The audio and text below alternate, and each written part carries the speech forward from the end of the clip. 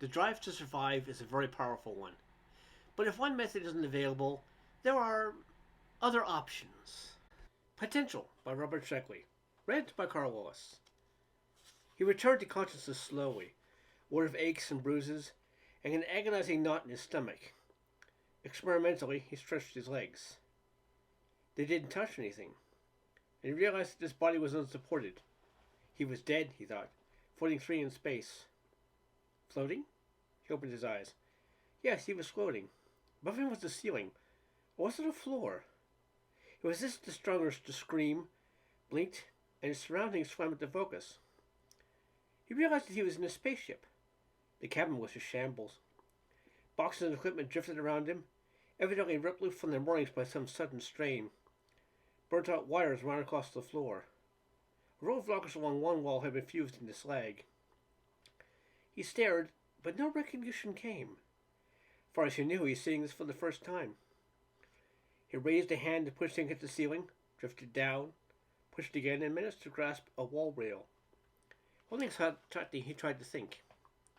There's a logical explanation for all this, he said aloud, just to hear his own voice. All I have to do is remember. Remember. What was his name? He didn't know. Hello, he shouted. Is anyone there? His words echoed between the ship's narrow walls. There was no answer. He propelled himself across the cabin, ducking to miss the floating boxes. In half an hour he knew he was the only person aboard the ship. He pushed himself back to the front of the ship. There was a padded chair there with a long panel in front of it. He strapped himself into the chair and studied the panel. It consisted of two blank screens, one much larger than the other. On the lower screen were two buttons marked Vision Front and Vision Back. A dial beneath the buttons was calibrated for focus. The small screen was unmarked. Not finding it under controls, he pushed the Vision Front button. The screen cleared, showing black space with the brilliant points of the stars before him. He stared at it for a long time, open-mouthed, then turned away. The first thing to do, he told himself, was to assemble all knowledge disposal and see what he could deduce from it. I am a man, he said. I'm in a spaceship in space. I know what stars are and what planets are. Let me see. He had a rudimentary knowledge of astronomy, less of physics and chemistry. He remembered some English literature, although he couldn't think of any writers except Trodsell, a popular novelist. He read the articles of several history books, but couldn't place their contents. He knew the name for what he had, amnesia. Suddenly he had a great desire to see himself, to look at his own face. Surely, recognition and memory would follow. He shoved himself across the room again and started searching for a mirror. There were lockers built into the walls, and he opened them hastily, spilling the contents into the weightless air. In the third locker he found a shaving kit and a small steel mirror. He studied the reflection anxiously. A long, irregular face, drained of color, dark stubble growing on the chin, bloodless lips, the face of a stranger. He fought down fresh panic and searched the cabin, looking for some clue to his identity. Quickly he pawed through the floating boxes, shoving aside what appeared to contain nothing but food or water. He looked on. Floating in one corner of the room was a sheet of scorched paper. He seized it. Dear Rand, it began. The Biocam boys have been doing some hurry last-minute checking on the Pinto. Seems there's a strong chance it might induce amnesia. Something about the strength of the drug, plus the near-traumatic experience you're undergoing, whether you're aware of it or not. Now they tell us. Anyhow, I'm dashing up this note at 0-14 minutes, just a refresher for you in case they're right. First, don't look for any controls. Everything is automatic. Or it should be if this pile of cardboard and glue holds together. Don't blame the seditions. They practically had no time to get it finished in a way before flash moment. Your course is set for automatic planetary selection, so just sit tight. Just suppose you could forget Marcellus Theorem, but in case, don't worry. Don't worry of landing among some 1,800 intelligent centipedes. You reach human life because it has to be humanoid life. Maybe a bit battered after blast off, but the Pinto will pull you through. If the cabin is messy, it's because you just didn't have time to check everything for stress strain tolerances. Now for the mission. Go at once to Projector 1 in Locker 15. The projector is set for self-destruction after one viewing, so make sure you understand it. The mission of ultimate importance, Doc, and every man in the room and nurse is with you. Don't let us down. Someone named Fred Anderson signed it. Ran, automatically using the name given in the letter, started looking for locker 15. Found at once where it had been. Lockers 11 through 25 were fused and melted. Their contents were destroyed. That was that. I wanted to scratch paper and link him now with his past, his friends, all Earth. Even though his memory was gone, it was relief to know the amnesia had an explanation. But what did it mean? Why did they send a ship together in such a rush? Why did they place him in it, alone, and send him out? And this all-important mission, if it was so vital, why haven't they safeguarded it better? The note raised more questions than answered. Frowning, Ron pushed himself back to the panel. Looked at the screen and got a spectacle of stars, trying to reason it out. Perhaps there was a disease. He was the only person not infected. They built the ship and sent him out to space. The mission? Cross down on a planet, find Hanson, and bring it back? Ridiculous. Looked over the panel again and pushed the button for Vision Reader. And almost fainted. A glowing, blinding light filled the entire screen, starting his eyes. Hastily he cut down the field of focus until he was able to make out what it was. A nova. And the letter had mentioned the flash moment. Ron knew that Sol was a nova, and the Earth was consumed. There was no clock on the ship, so Dr. Ron had no idea how long he'd been traveling. For a long time he just drifted around, dazed, coming back to the screen constantly. The nova dwindled as the ship speeded on. Ron ate and slept. He wandered around the ship, examining, searching. Floating boxes were in the way, so he started to pull them down and secure them. Days might have passed, or weeks. After a while, Ron started to put the facts he knew into a coherent structure. There were gaps and questions in it, probably untruths as well, but it was a beginning.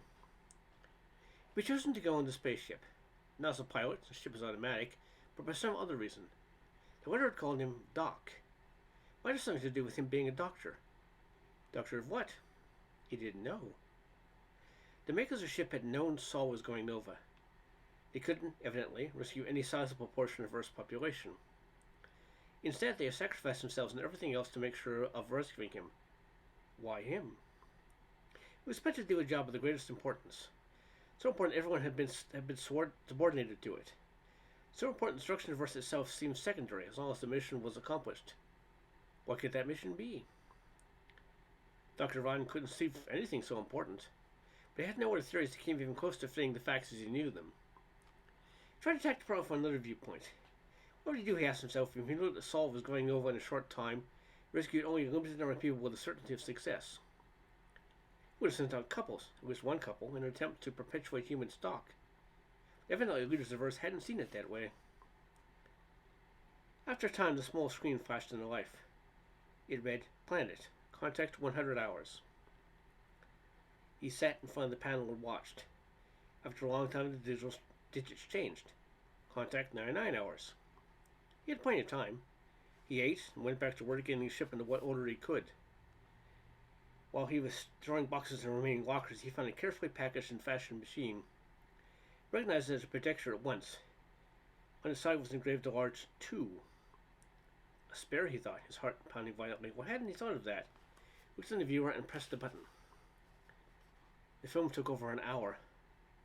It started with a poetic survey of Earth, flashes of her cities, fields, forests, rivers, oceans, her people, her animals, all in brief of vignettes. There was no soundtrack. The camera moved to an observatory, explaining its purpose visually. It showed discovery of the ship's instability, the faces of the astrophysicists who discovered it. Then a race against time began, the rapid growth of the ship. He saw himself running up to it, grinning at the camera, shaking someone's hand and disappearing inside. The film stopped there.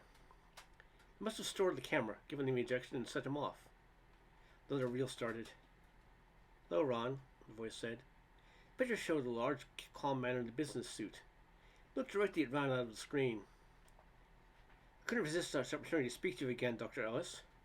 You're in deep space now, and you've undoubtedly seen the supernova that has consumed Earth. You're lonely, I dare say. Don't be, Ron.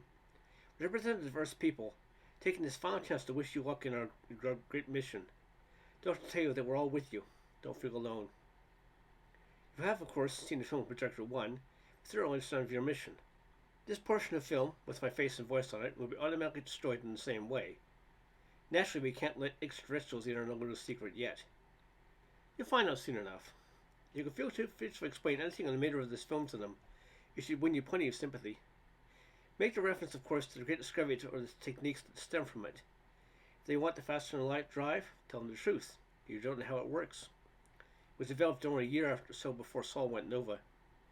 Tell them any tampering with the ship will cause the engines to dissolve. Good luck, Doctor, and good hunting. The face faded and the machine hummed louder, destroying the last reel. Put the projector carefully back into its place, tied the locker, and went back to the control panel. The screen read, "Contact 97 hours." He sat down and tried to place the new facts into his structure. As background, he recognized vaguely the great peaceful civilization of Earth. He'd been almost ready to go to the stars when the sun's instability was found. Faster than light drive had been developed too late. Against that background, he's been selected to man the escape ship. Only him, for some unfathomable reason. The job given him was thought more important, evidently, than any attempt at race survival. It was to make contact with intelligent life until and about Earth. He was to withhold any mention of the greatest discovery and its resulting techniques, whatever they were, and then he was to perform his mission. He felt as though he could bust. He couldn't remember. Why hadn't the fools engraved instructions on bronze?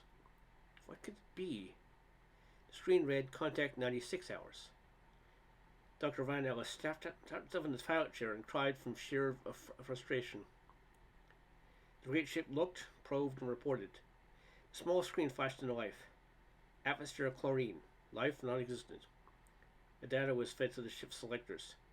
Circuits closed, other circuits opened. A new course was set up, and the ship speeded on. Dr. Ellis ate and slept and thought. Another planet was reported, examined, and rejected. Dr. Ellis continued thinking of one unimportant discovery. He had a photographic memory. He discovered this by thinking back over the film. He could remember every detail of the hour-long spectacle, every face, every movement. He tested himself as the ship went on, and found the ability was a constant. It worried him for a while until he realized it was probably a factor in selection. Photographic memory would be quite an asset in learning a new language. Quite an irony, he thought. Perfect retention, but no memory. A third planet was rejected. Ellis outlined the possibilities he could think of in an effort to discover the nature of his mission. To erect a shrine to Earth? Possibly. But why the urgency then, the stressed importance? Perhaps he was sent as a teacher. Earth's last gesture to instruct some inhabited planet in the ways of peace and cooperation. Why send a doctor on a job like that? Besides, it was illogical. People went over millennia, not in a few years. Just didn't fit the mood of the two messages. Both the man in the film and the note writer had seemed practical men. It was possible to think either of them were as altruists. Fourth planet came into range, was checked and left behind. And what he wondered was the great discovery. Not the faster than light drive, what could it be? Wasn't likely a philosophical discovery. The way man could live in peace, or just something like that. Then why wasn't he supposed to mention it? A screen flashed on the oxygen content of the fifth planet. Ellis ignored it and looked up as generators deep on the body of the ship hummed into life. "Prepare for landing," the screen told him.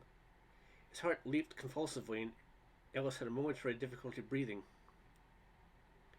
This was it. A terror filled him. His gravitation tugged at the ship. He fought it, but the terror screeched. He screamed and tore the straps as the ship started to go perceptibly down. On the big screen was the blue and green of an oxygen planet. Then Ellis remembered something. Emergence from deep space in the planetary system is an analogous to the emergent birth trauma. A common reaction, he told himself, but it is a controllable one for a psychiatrist. A psychiatrist? Dr. Randolph Ellis, psychiatrist. He knew what kind of doctor he was. Searched my information fruitlessly. That was as far as it went. Why had Earth sent a psychiatrist into space?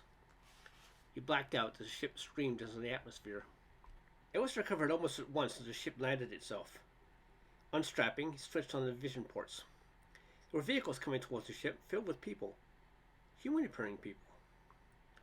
Had to make a decision now, what would affect the rest of his time on this planet. What was he going to do? What would his course of action be? Ellis stopped for a moment and decided he would have to play it by ear. No communication would be possible until he learned the language. After that, he would say he was sent from Earth to what? He would decide when the time came. Glancing at the screens, he saw the atmosphere was breathable. Inside the ship swung open, and Ellis walked out. He landed on a subcontinent named Kreld, and the inhabitants were Kreldans. Politically, the planet had reached the world government stage, but so recently inhabitants still were identified with the older political divisions. With his photographic memory, Ellis found no difficulty learning the Kreldan language, once common bases had been established for key words. The people of the common root man seemed to refer to him as some members of his own race. Ellis knew this eventuality had been predicted. The ship would have rejected any other.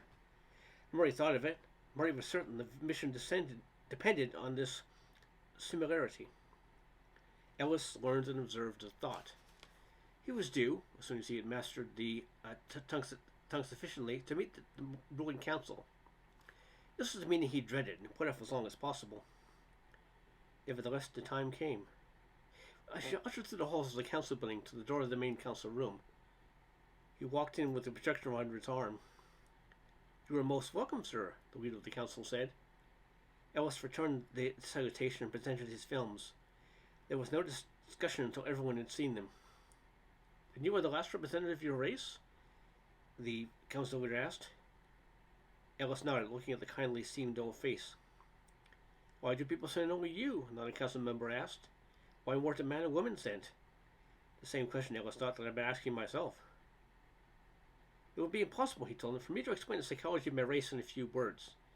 Our decision was contained in our very sense of beings." A meaningless lie, he thought himself. What else could he say?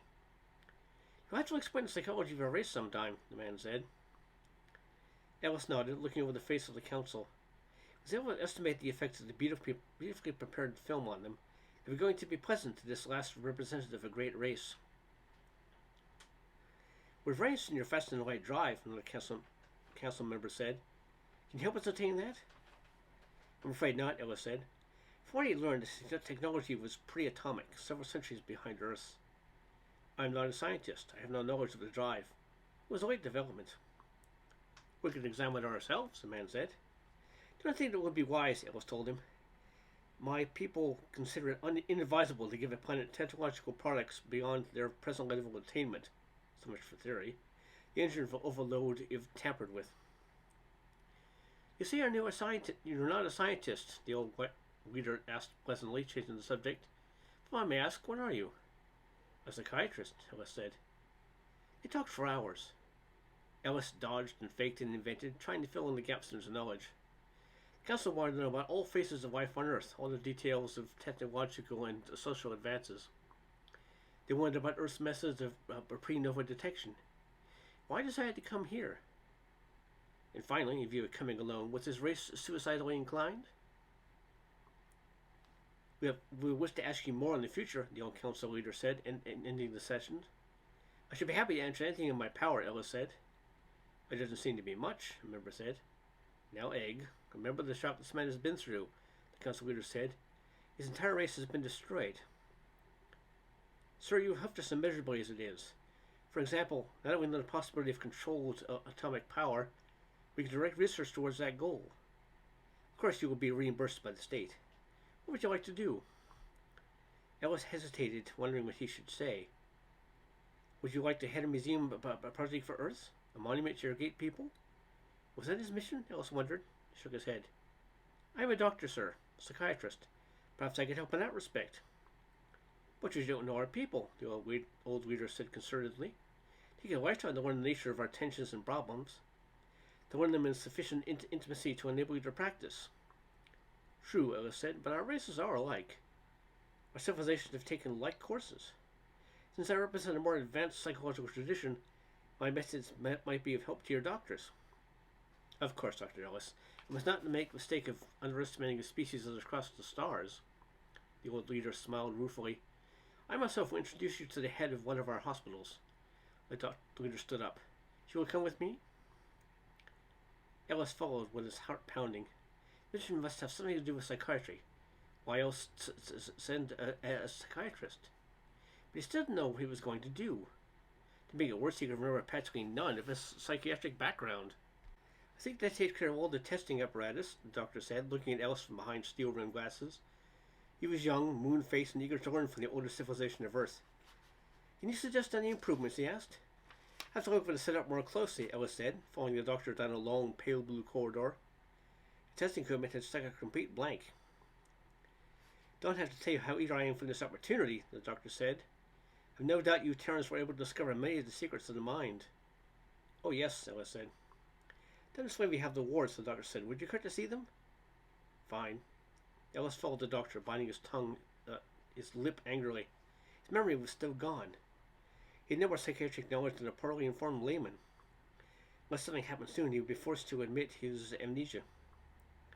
In this room, the doctor said, we have several quiet cases. Ellis followed him in and looked at the dull, lifeless faces of 3 patients. Catatonic, the doctor said, pointing to the first man. Don't suppose you have a cure for that? He smiled good-naturedly. Ellis didn't answer. Then a memory had popped into his mind. It was just a few lines of conversation. But is it ethical, he had asked, in a room like this on Earth? Of course, someone had answered. We won't tamper with normals. But the idiots, the criminally insane, the psychotics who could never use their minds anyhow? Isn't this no robbing of anything? It's a mercy, really. Just that much. He didn't know to whom he'd been talking. That her doctor, perhaps? Discussing some new method of dealing with defectives. A new cure? Seemed possible. A drastic one for the content. Have you found a cure for it? The moon-faced doctor asked again. Yes, we have, Ellis said, taking the nerve in both hands. The doctor stepped back and stared. But you couldn't. You can't repair a brain when there's organic damage, deterioration, the lack of development. He checked himself. But listen to me telling you. Go ahead, doctor. Ellis looked at the man on the first bed. Give me some assistance, doctor. Doctor hesitated, then hurried out of the room. Ellis bent over the catatonic and looked at his face. Wasn't sure what he was doing, but he reached out and touched the man's forehead with his finger. Something in Ellis's mind clicked. The catatonic collapsed. Ellis waited, but nothing seemed to be happening. He walked over to the second patient and repeated the operation. That one also collapsed, and the one after him. The doctor came back with 2 wide-eyed helpers. What's happening here? He asked. What have you done? I don't know if our methods are working on our people, Ellis bluffed. Please leave me alone. Completely alone for a little while. The concentration necessary. He turned back to the patients. The doctor started to say something, changed his mind, and left quickly, taking the assistants with him. Sweating, Ellis examined the pulse of the first man. It was still beating. He straightened and started to pace the room. He had a power of some sort. He could not a psychotic flatten his back. Fine, nerves, connections. He wished he could remember how many nerve connections there were in the human brain. Some fantastic number. 10 to the 25th to the 10th? No, it didn't seem right. But a fantastic number. What did it matter? It mattered, he was certain. The first man groaned and sat up. Ellis walked over to him. The man filled his head and groaned again. His own personal shock therapy, Ellis thought. Perhaps Earth had discovered the answer to insanity. His last gift to the natives they had sent him out to heal. How do you feel? He asked the patient. Not bad, the man answered. In English. What did you say? Ellis gasped. What if there had been a thought transfer of some sort? And he given the man his own grasp of English? Let's see, if you return the load from the damaged turns to unused ones. I feel fine, Doc. Good luck. We weren't sure if that haywire and rubber ship would hold together. As I told you, it was the best we could do under the... Who are you? The man climbed out of bed and looked around. Are the natives gone? Yes. I'm Haines, representative of Earth. What's the matter with you, Ellis? The others were reviving now. And they? Dr. Cattell, Fred Anderson. The man who called himself Haines looked over his body carefully. You might have found a better host, me, Ellis, for old time's sake. But no matter. What's the matter, man? Ellis explained about his amnesia. Ellis told him everything. Well, you should remember back. Don't worry, Haines said. It feels good to have a body again. Hold it. A door opened and a young doctor peered in. Saw the patients and let out a shout. You did it. You were able... Please, doctor, Ellis snapped. No sudden noises. I must ask not to be disturbed for at least another hour. Of course, the doctor said respectfully, withdrew his face and closed the door. How is it possible? Alice asked, looking at the three men. I don't understand. The great discovery, Haynes said. She'll remember that. You worked on it. No? Explain, Anderson. The third man walked over slowly. Alice noticed the vacuous faces beginning to tighten already, shaped by the minds in back of them. Remember, Ellis, the research on personality factors? Ellis shook his head. Looking for the lowest common denominator of human life and personality. The source, if you wish. The research actually started about 100 years ago after Orgel found that personality was independent of body, but influenced and modified by it. To keep it simple, you, one of my 30 others, found the lowest indivisible unit of personality was an independent, non-material substance. You named it the M molecule. It's a complex mental pattern. It may transfer from host to host. Sounds like possession, it was said. Anderson, noticing a mirror in the corner room, walked over to examine his new face. He shuddered when he saw it and wiped saliva from his lips. The old mist's spirit possession not so far off, the Dr. Cattell said. It's the only one wearing his body with any sort of ease. Some people have always been able to separate their minds from their bodies. Astral projection and that sort of thing. It wasn't until recently that the personality was localized in an invariant separation resynthesis procedure adopted. Does it mean you're immortal? Ellis asked. Oh no, Anderson said, walking over. He grimaced, trying to check his host's unconscious drool. Personality has a definite lifespan. Somewhat longer than the bodies, of course, but still definitely within limits. He succeeded in stopping the flow. However, it can be stored almost indefinitely. And what better place, Haynes put in, for storing a non-material molecule in your own mind? Your nerve connections have been harboring us all along, Ellis. There's plenty of room there. He knew why he'd been chosen. Psychiatrists would be needed for this job to gain admittance to the hosts. He'd been especially trained. Of course, the Creldons couldn't be told about the mission of the M molecule. They wouldn't take kindly to their people, even the defectives, being possessed by Earthmen. Look at this, Haynes said. Fascinating, he was bending his fingers backwards. Discovered this host was the double-jointed. The other two men were trying out their bodies in the manner of a man testing a horse. They flexed their arm, parched their muscles, practiced walking. But Alice asked, how will the race, how about women? Get more hosts? Haynes told him, still strawing out his fingers, male and female. You're going to be the greatest doctor on this planet. Every defective will be brought to you for cure. Of course, we're all in on the secret. No one's going to spill before the right time. He paused and grinned. Alice, do you realize what this means? Earth isn't dead. She'll live again. Alice nodded. He was having difficulty identifying the tall blonde haze in the room with the shrill-voiced scarecrow in front of him. I think it would take time for all of them, he knew, and a great deal of readjustment. We'd better get to work, Anderson said. After you have the defectives in this planet service, we'll refuel your ship and send you on. Where, said Ellis, to another planet? Of course. There will probably only fill me and hosts on this one, since we're not touching normals. Only? How many people have I stored? There was a sound of voices in the hall. You really are a case, Haynes said, amused. Back in the bedman, I think you heard that doctor. How many? Population of Earth was about 4 billion. You have all of them.